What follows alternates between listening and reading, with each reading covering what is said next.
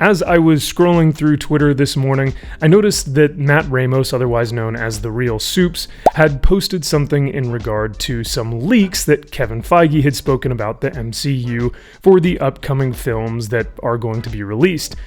However, take these with what you will, take it with a grain of salt. If you know who Soups is, he's an internet personality on YouTube and TikTok mainly, who talks about MCU spec and MCU hype and DCU spec and hype and all that stuff. You've probably seen him before. He's the guy who looks like he's about to have a brain aneurysm anytime he watches any sort of trailer. Let's go! Brad, what the hell did we just witness? Guys, insanity. I don't even know where to start. My heart's beating out of my chest. He comes across as a bit of a joke and like an inauthentic type of forced and faked, persona, but that's who he is. So like I said, take this for, with a grain of salt. But he posted something on Twitter that says, Kevin Feige talked about the future of Marvel and revealed this. Deadpool 3 will be rated R. They already know how and when they'll introduce the mutants. The story for Spider-Man 4 is already planned, and Fantastic Four is going to be huge for the MCU, and news is coming soon. Now, is it just me, or do these feel like just statements of fact that we already kind of know? It's like saying the sky is blue. Like, the only one that really piqued my interest was the Deadpool being rated R. But even still, if any movie is going to be rated R, it should be Blade.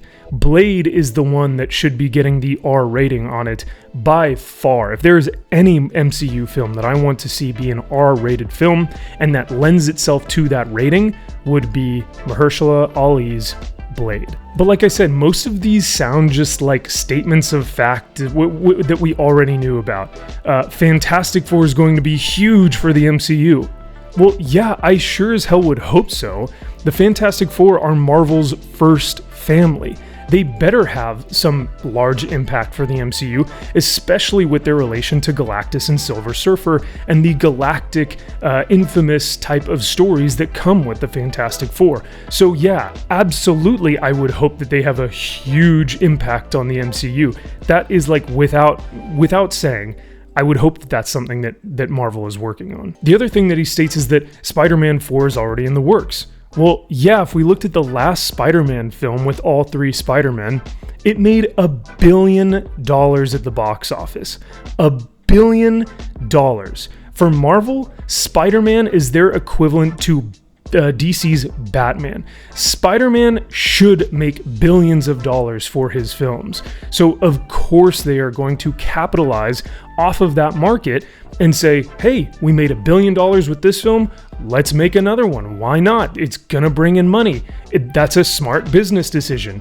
If you thought that they weren't going to capitalize off of this, I don't know what to tell you. So the story for Spider-Man 4 is already being planned.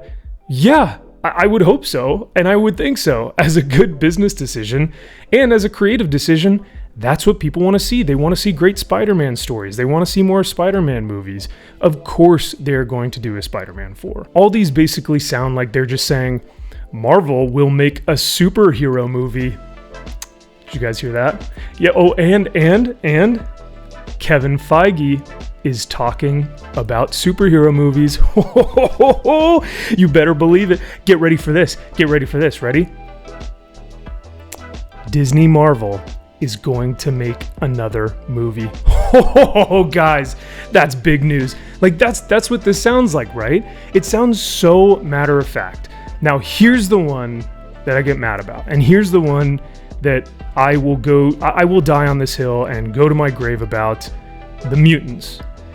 Do not, Disney Marvel, do not introduce the X-Men as the Mutants to appease 1% of the 1% of the population that is on Twitter that is saying that the X-Men are not inclusive enough. If you look at Stan's original creation of the X-Men, there are females, there are women within that universe and on the X-Men team.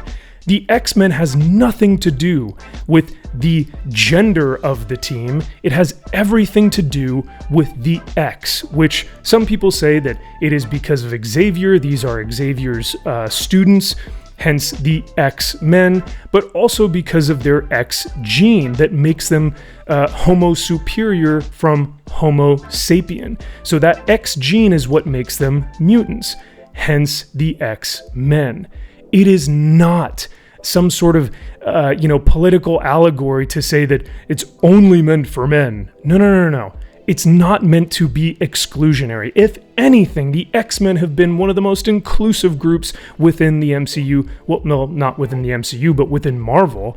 And so to call them anything other than the X-Men would be throwing away your audience. It would be turning your back on decades worth of fans, lifelong fans, and people who love this property of the X-Men.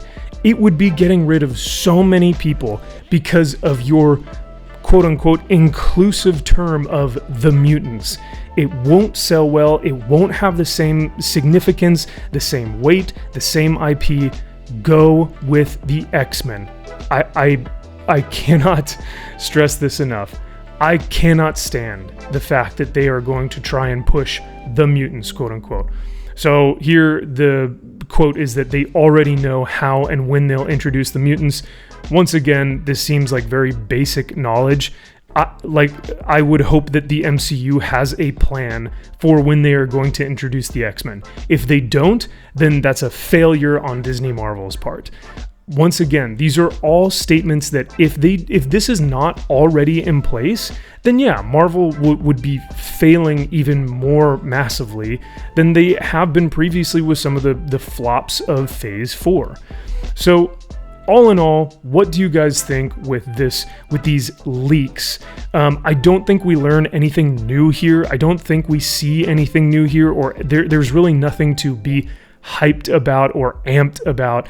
These are things that I would hope, as a smart individual, as a smart businessman, and also as a creative director, that the people over at Disney Marvel have these things in mind. If they don't, if this is like some brand new way of thinking where they're thinking, oh my gosh, what if we make another Spider-Man film? Like if this is supposed to be a light bulb moment, they have much bigger problems than introducing these characters into the MCU.